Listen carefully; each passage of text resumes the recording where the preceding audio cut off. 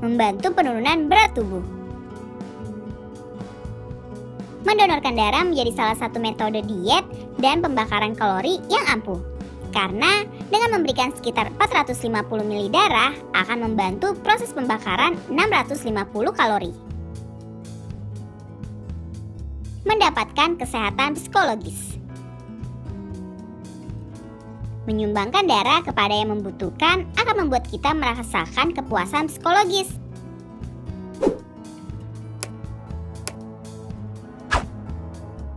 Donor darah menjadi salah satu kegiatan yang rutin dilakukan beberapa orang. Bahkan, Organisasi Kesehatan Dunia atau WHO juga mendorong setiap orang yang sehat untuk mendonorkan darahnya. Karena satu kantung darah bisa membuat perubahan besar pada kesehatan seseorang yang membutuhkannya. Stok darah juga nggak boleh kosong, terutama saat bulan Ramadan datang. Selain untuk membantu orang yang membutuhkan, donor darah juga bermanfaat bagi kesehatan diri sendiri loh. Yuk kita lihat apa saja manfaat mendonorkan darah berdasarkan boldsky.com. Sebelum kita lanjut videonya, jangan lupa klik tombol subscribe dan tombol loncengnya ya. Menjaga kesehatan jantung. Tingginya kadar zat besi dalam darah akan membuat seseorang menjadi lebih rentan terhadap penyakit jantung. Karena zat besi yang berlebih dalam darah bisa menyebabkan oksidasi kolesterol. Produk oksidasi ini akan menumpuk pada dinding arteri yang memperbesar peluang terkena serangan jantung dan stroke. Tapi saat kita rutin mendonorkan darah, maka jumlah zat besi dalam darah bisa lebih stabil dan bisa menurunkan risiko penyakit jantung. Meningkatkan produksi sel darah merah.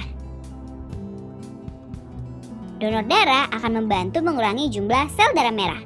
Gak perlu panik kekurangan sel darah merah, karena sumsum tulang belakang akan segera mengisi ulang sel darah merah yang telah hilang. Hasilnya, sebagai pendonor, kita akan mendapatkan pasokan darah baru setiap kali kita mendonorkan darah. Jadi, donor darah menjadi cara yang baik untuk menstimulasi pembuatan darah baru. Membantu penurunan berat tubuh.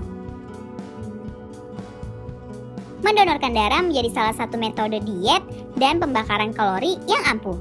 Karena dengan memberikan sekitar 450 ml darah akan membantu proses pembakaran 650 kalori. Mendapatkan kesehatan psikologis. Menyumbangkan darah kepada yang membutuhkan akan membuat kita merasakan kepuasan psikologis. Karena kegiatan ini merupakan sebuah kegiatan yang gak ternilai harganya. Berdasarkan sebuah penelitian, orang usia lanjut yang rutin menjadi pendonor darah akan merasakan tetap berenergi dan bugar setelah mendonorkan darahnya. Mendeteksi penyakit serius. Sebelum kita mendonorkan darah kita akan diperiksa dari berbagai macam penyakit seperti HIV, hepatitis B, hepatitis C, sifilis, dan malaria. Bagi yang menerima donor darah, ini merupakan informasi penting untuk menghindari penularan penyakit melalui transfusi darah. Sedangkan untuk pendonor, ini merupakan peringatan yang baik agar kita lebih perhatian terhadap kondisi kesehatan diri sendiri. Setelah menginjak usia 18 tahun, kita sudah bisa mendonorkan darah setiap 3 bulan sekali. Gak hanya akan memberikan perasaan yang senang karena dapat membantu sesama, namun bermanfaat positif bagi kesehatan tubuh kita sendiri. Dan usia maksimal untuk melakukan kebiasaan baik ini adalah hingga berusia 60 tahun. Itulah 5 manfaat mendonorkan darah bagi kesehatan. Sekarang kita mengenal tentang berbagai jenis pembuluh darah dan fungsinya yuk.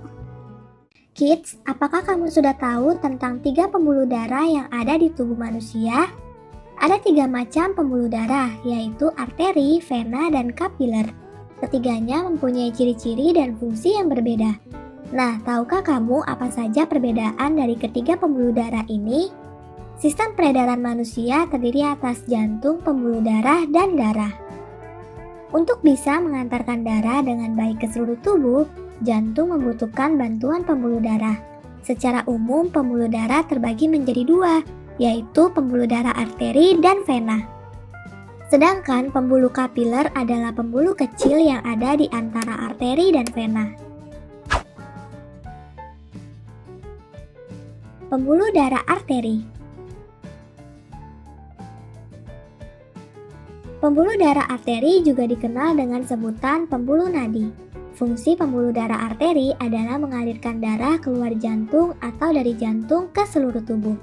Darah yang diangkut dalam pembuluh darah arteri adalah darah yang mengandung oksigen tinggi, kecuali pada pembuluh darah arteri di paru-paru. Darah yang diangkut dalam pembuluh darah arteri juga disebut darah bersih. Denyut dari pembuluh darah arteri ini terasa dan kalau terjadi luka maka darahnya mengucur deras. Namun dinding pembuluh darah arteri ini kuat, tebal, dan elastis. Dilihat dari letaknya, pembuluh darah arteri berada di bagian dalam tubuh atau tersembunyi. Pembuluh darah vena. Pembuluh darah vena juga sering disebut pembuluh balik. Pembuluh vena berfungsi mengalirkan darah masuk ke dalam jantung. Darah yang diangkut dalam pembuluh darah vena adalah darah yang mengandung oksigen rendah atau tinggi karbon dioksida, kecuali pada pembuluh vena yang asalnya dari paru-paru. Oleh sebab itu, pembuluh vena juga disebut mengangkat darah kotor. Kebalikan dari pembuluh darah arteri, pembuluh darah vena mengalirkan darah dari seluruh tubuh ke jantung. Dinding pembuluh darah vena ini tipis dan gak elastis. Lalu, denyut pembuluh darah vena gak terasa dan kalau terjadi luka, darahnya akan menetes. Pembuluh vena ini bisa terlihat dari permukaan kulit berupa garis bercabang yang warnanya kebiruan. Ini karena letak pembuluh vena dekat dengan permukaan tubuh. Pembuluh kapiler. Pembuluh kapiler merupakan bagian cabang yang ada di ujung pembuluh arteri dan vena. Pembuluh kapiler ini merupakan pembuluh darah yang kecil, halus, dindingnya tipis, dan berpori. Nah, pembuluh kapiler menghubungkan pembuluh arteri dan pembuluh vena dengan sel-sel yang ada di tubuh. Asal pembuluh darah ini adalah arteriol atau cabang pembuluh darah kecil arteri, menuju ke venula atau cabang kecil yang mengumpulkan darah dari organ-organ ke pembuluh darah vena. Dalam pembuluh kapiler itu ada pertukaran oksigen dan karbon dioksida. Namun pembuluh darah kapiler banyak mengandung oksigen. Sampai di sini dulu ya videonya. Jangan lupa like, komen, subscribe, dan share ke teman-teman lainnya ya kids. Bye-bye!